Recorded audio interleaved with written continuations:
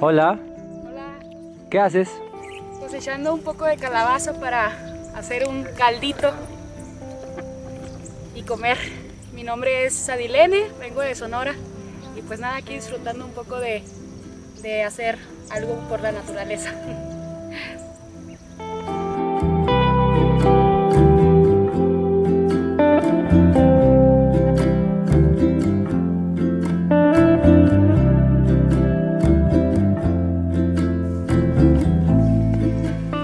Hola, Hola, ¿qué saludos. haces?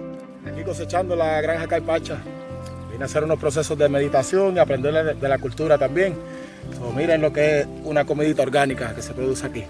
Acerca la cámara, que ven cómo se produce aquí en la granja. Saludos desde Puerto Rico.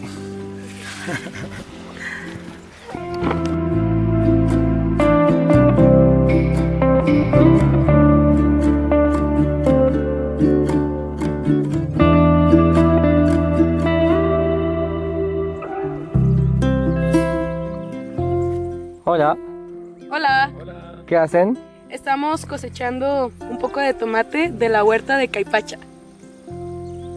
Sí, mira cómo magníficos son. Tomates orgánicos de México, el país donde nació el tomate. Así que yo me llamo Jules y vengo de Bélgica para aprender a meditar, pero también a cosechar y a disfrutar de la vida. Y aquí es el lugar.